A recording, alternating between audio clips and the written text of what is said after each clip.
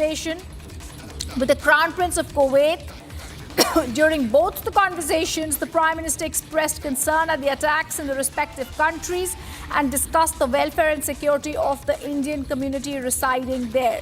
Prime Minister Modi expressing concern at attacks on Oman and Kuwait. He's spoken to Sultan of Oman and Kuwait Crown Prince. He speaks to the top Gulf leaders as the war spreads.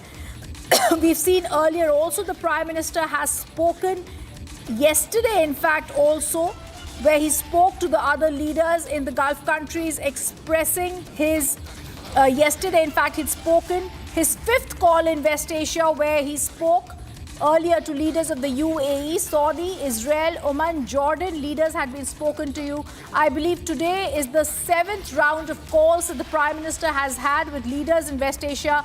Noam, I come back to you. It's a very clear indication that the Prime Minister of the country also conveying deep concern at the evolving situation in the region and also reaffirming support for peace, security and the well-being for people of the Gulf and also for Indians who are there. So, Noam, the question I was asking you before this, we're seeing the Russian Foreign Minister Lavrov come out with a very strong statement. How do you think it's going to proceed from here, Noam?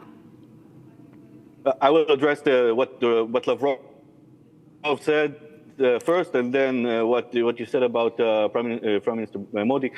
Basically, what Lavrov said is nonsense, because we know the Iranians have been enriching uranium for beyond 60% enrichment, which has zero civilian properties, only military. You don't need to enrich beyond 20% for that goal. So there is the facts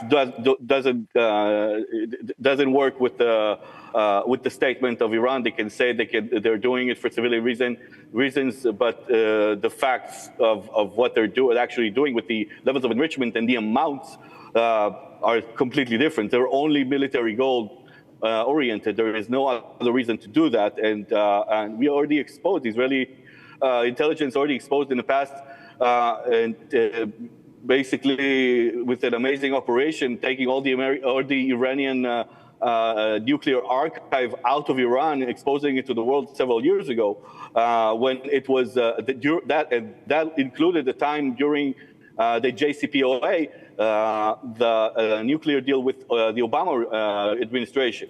So we know the Iranians are not truthful about this, and the facts about the enrichment doesn't work with the facts on the ground. About about the Narendra Modi's talks and statements, he's there for his allies in the Gulf who are being attacked right now, even though they have not been the aggressor in any way towards Iran. They've not been responding, even only because they are not necessarily have even an American base there, only to hurt the Americans through the oil. So they're targeting the Gulf countries. If it's Kuwait, of UAE has been hit by hundreds of ballistic missiles, and it's not as precise as you might think. Yes, they hit the embassy. Yes, they hit several targets that they meant to hit, but they also hit a lot of civilians. And they, or Qatar just reported that they have prevented an attack on their international airport. So that's a civilian target. So we know that Iran is not, even prior to this war, the reason for this war is that Iran is the biggest destabilizing factor in the region. It is it is destabilizing the other countries around it, and has always been considered a threat. Why is the Abraham Accord has even happened? It happened because the Arab nations in the area realized that Israel is not their enemy, Iran is, and Israel is their biggest possible ally against Iran, and this is why Iran. Basically, what Iran is doing now is also a big mistake. It's pushing all of its neighbors to the arms of Israel and the U.S., which is something that we would love continue the process of the Abraham Accord is something that we would like to continue happening. What happened on October 7th was meant to stop this. October 7th, 2023 was meant to stop this process as we were in the peak of normalization processes with the Saudis, which is something that is very. It's a future that we were really looking forward to here in Israel and hopefully and in Saudi Arabia as well.